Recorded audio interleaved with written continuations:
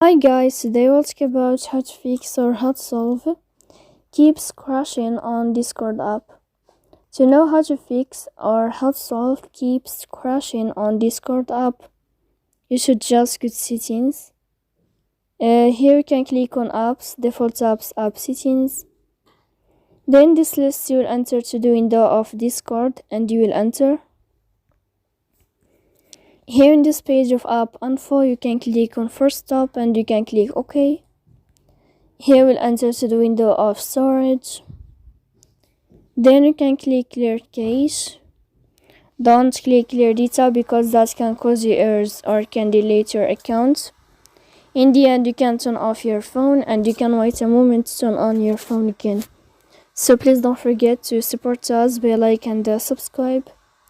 See you next time in another video and thank you for your attention.